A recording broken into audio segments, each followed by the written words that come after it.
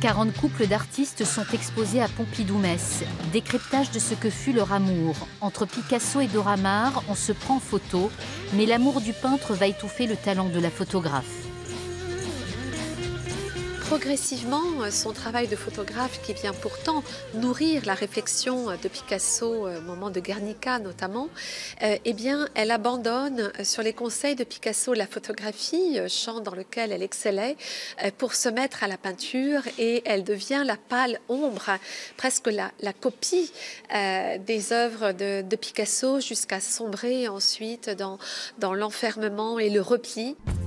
Autre couple, autre histoire, Charles et Ray Eames. Ils sont américains, se sont rencontrés en 1940. Tous deux sont architectes, designers, précurseurs d'une construction en transparence, abolissant toute frontière entre paysage et architecture.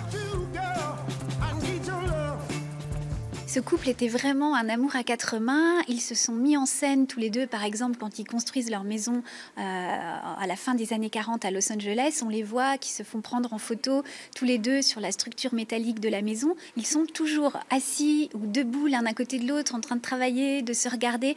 Et on sent qu'il y a vraiment un amour créateur chez eux qui va leur permettre de décupler, je dirais, leur imagination et leur créativité.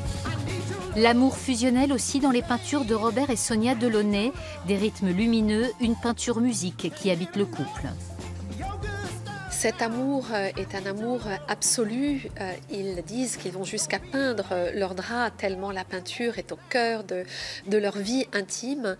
Sonia Delaunay, quand elle écrira sa biographie, dira que à deux, nous pouvions aller jusqu'au soleil. Enfin, quand l'amour détruit, à l'image de ce couple de danseurs allemands, toujours masqués, Walter Holt et Lavinia Schulz, travaillant à quatre mains dans la plus grande pauvreté de l'Allemagne de Weimar, elle finira par tuer son amant pour se suicider en juillet 1924. Les couples modernes sont à découvrir jusqu'au 20 août à Pompidou-Metz.